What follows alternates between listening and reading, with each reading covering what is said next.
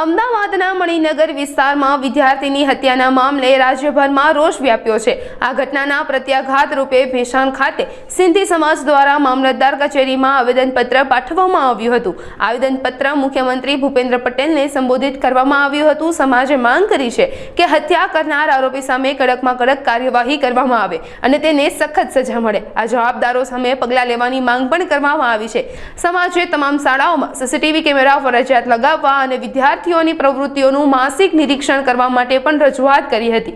આજે ભેસાણ મામલતદાર કચેરી ખાતે ભેસાણના તમામ સિંધી સમાજ તથા ભેસાણમાં રહેલા હિન્દુ સમાજ દ્વારા ભેસાણ મામલતદારને આવેદનપત્ર પાઠવવામાં આવ્યું હતું કે અમદાવાદમાં જે શાળામાં બનેલી ઘટના જે વિધર્મી વ્યક્તિ દ્વારા વિધર્મી યુવક દ્વારા જે હિન્દુ ભાઈને નુકસાન પહોંચાડવામાં આવ્યો હતો તેના વિરુદ્ધમાં અને તે પરિવારને ન્યાય મળે, તે પ્રોફેસર, તે પ્રિન્સિપાલ, તે સ્કૂલના તમામ સ્ટાફ જેણે આ મૃતકને ધ્યાન ન દીધું હોય અને બરોબર ન્યાય ન આપ્યું હોય તો ભેસાણ મામલતદાર કચેરી ખાતે અમે આજે સિંધી સમાજના તથા હિન્દુ સમાજના વ્યક્તિઓ એકત્રિત થઈને પરિવારને ન્યાય મળે અને તે પ્રિન્સિપાલ, તે સ્કૂલ વિરુદ્ધ કડકમાં કડક કાર્યવાહી થાય તે પગલે અમે આજે ભેસાણ મામલતદાર કચેરી ખાતે આવેદનપત્ર પાઠવ્યું છે અને ગુજરાતની તમામ શાળા કે ભારતભરમાં તમામ શાળામાં સીસીટીવી કેમેરાઓ લગાડવામાં આવે, તમામ સીસીટીવી કેમેરાઓને ચેક કરવામાં આવે, દર વર્ષે શાળામાં ઇન્સ્પેક્શન કરવામાં આવે કે વિદ્યાર્થીઓ શું શું કાર્ય કરી રહ્યા છે તેની ચકાસણી કરવામાં આવે,